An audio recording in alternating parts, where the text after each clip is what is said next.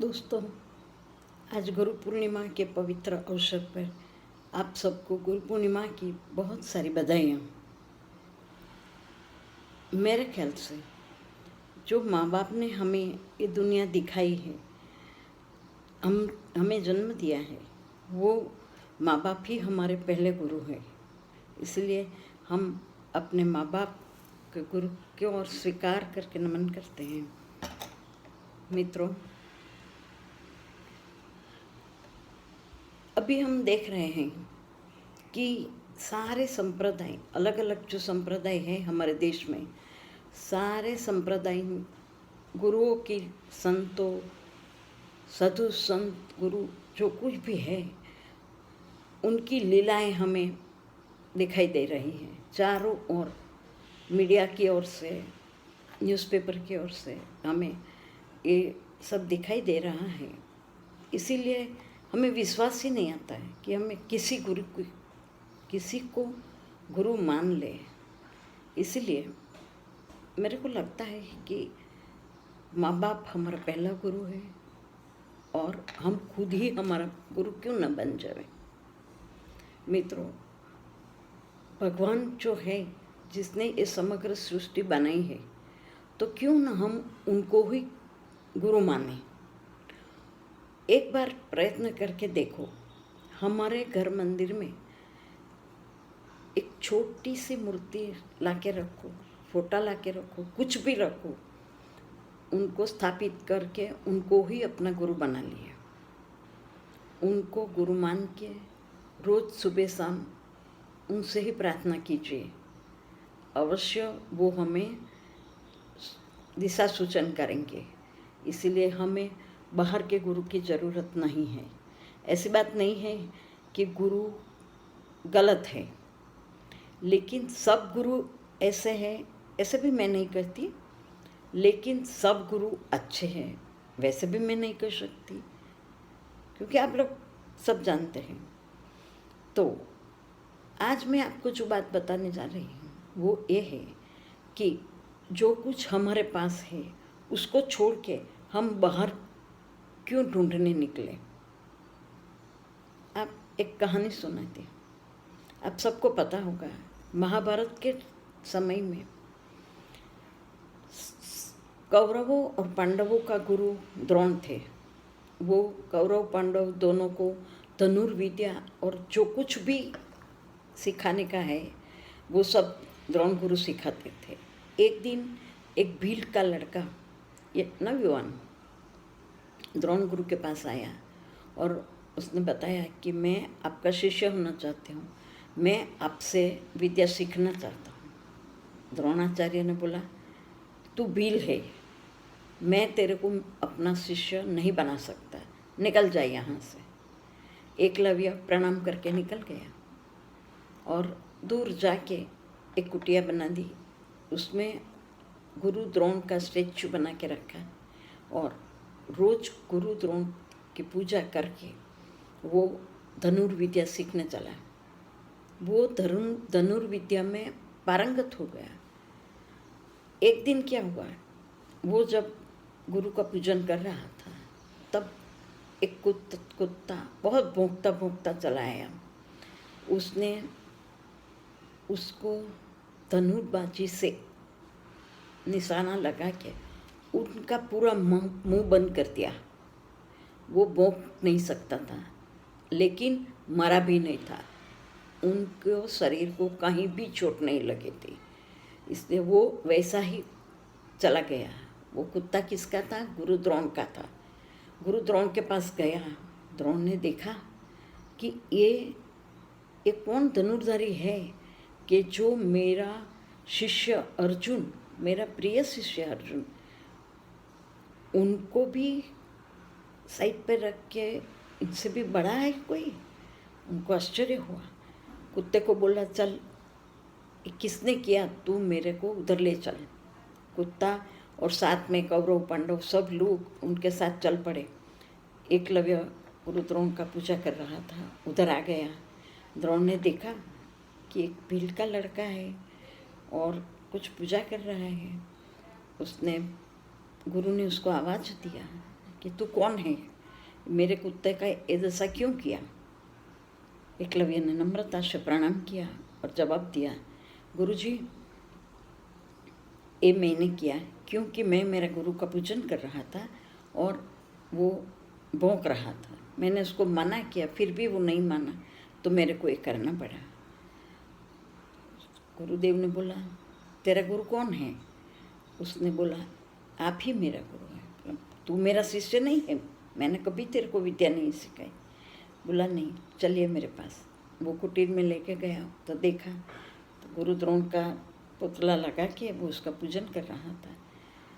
गुरु को आश्चर्य हुआ, लेकिन साथ में उनको लगा कि ये अर्जुन से भी आगे निकल जाएगा।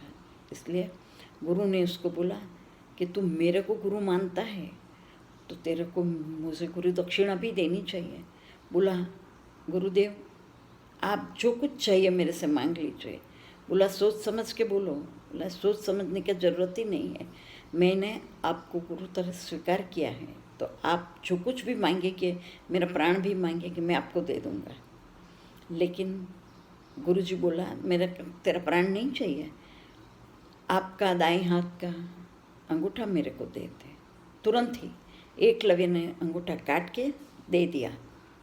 ये है गुरु शिष्य का नाता। अभी पीछे चलते हैं। मैं आपको जो बताने जा रही हूँ वो क्या है। एकलव्य ने किसी से शिक्षा नहीं ली थी। द्रोण गुरु का पुतला लगा के उसको दिल से गुरु मान के वो अपने आप ही सीखा सब कुछ। भीतर था, वो बाहर निकाला, एक श्रद्धा था। इसलिए मैं आपको आज वो बताने जा रही हूँ कि ऐसा फिजिकली गुरु होने का जरूरी नहीं है। गुरु कीजिए, कोई बात नहीं, लेकिन गुरु पे हमें विश्वास कैसे आएगा? हम कैसे पता लगा सकते हैं कि ये गुरु तो के लायक है, हमारा गुरु बनने के लायक है? वो तो हमें पता नहीं चलता। तो ये ज़्यादा झंझट में क्यों पड़ने का? इससे बेटर कि हम हमारे गृह मंदिर में जो प्रभु विराजमान है, जो स्वरूप विराजमान है, उनकी ही आराधना करिए और उनसे प्रार्थना कीजिए, हमें रास्ता दिखाओ। वो जरूर रास्ता दिखाएगा, लेकिन ऐसा चलते चलते बात करने से नहीं होगा। रोज़ सुबह शाम एटलीस्ट 5-5 मिनट निकाल के शांति से हमारे प्रभु के पास बैठे, प्रभु को हमारी सब बातें बताइए। हमारी जो कुछ भी मुश्किलें हैं वो हमें प्रभु को ही बतानी होगी। और हमारे माता पिता हमारा पहला गुरु है। चाहे वो अनपढ़ है, चाहे वो बूढ़े हो गए हो, गरीब है, अमीर है, कुछ भी है, फिर भी माता पिता जैसा और गुरु कोई नहीं है।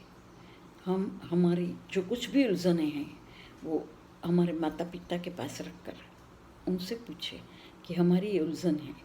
माता पिता के पास अनुभव है, हमारे पास शिक्षा है, हम पढ़े लिखे हैं, फिर भी हम माता पिता से ज़्यादा कुछ जानकारी हमारे पास नहीं है। हमारे पास टेक्नोलॉजी है, एजुकेशन है, बहुत सारी इन्फॉर्मेशन है, लेकिन ये सब के साथ हमें क्या चाहिए? माता पिता का एक्सपीरियंस जो है, उनका आशीर्वाद है, वो उनका आशीर्वाद, उनका अनुभव और हमारा शिक्षण दोनों मिलके हमें ज़रूर आगे का रास्ता मिल सकता है। हमारी जो उलझने हैं वो हम उलझा सकते हैं। इसीलिए दोस्तों, हमें और गुरु की ज़रूरत नहीं है, हमें और गुरु की ज़रूरत नहीं है। हमें हमारा जो भगवान है, जिसे हम इष्ट देव मानते हैं, हमारा जो कुल देवता है, हमारी जो कुल देवी है और हमारे माता पिता, वो ही हमारे सच्चे गुरु है। वो ही हमें रास्ता दिखाएगा, अंदर से हमें प्रेरणा देगा। हमें प्रेरणा मिलेगी, 100% मिलेगी कि आगे बढ़ो, हम तुम्हारे साथ हैं। उनके आशीर्वाद से हमें ज़रूर कहाँ जाना है वो जाने का रास्ता मिलता ही जाएगा, मिलता ही जाएगा। कभी ऐसा नहीं सोचे कि मेरे पास गुरु नहीं है तो मैं क्या करूं? ऐसा कहा जाता है, गुरु बिना ज्ञान नहीं। लेकिन दोस्तों, हमें ज्ञानी होने का ज़रूरत क्यों है?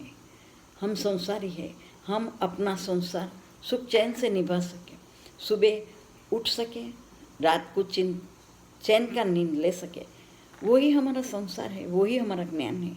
इतना ही हमें करना क्या ज़रूरत है, और बड़ा ज्ञानी होने का कोई ज़रूरत नहीं है।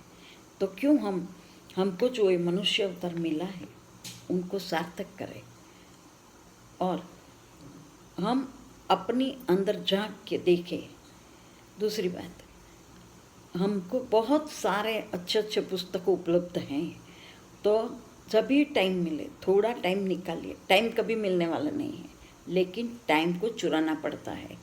तो एक टाइम और समय चुरा कर हम थोड़ा बहुत वांचन कीजिए। वांचन करेंगे, book is our best friend.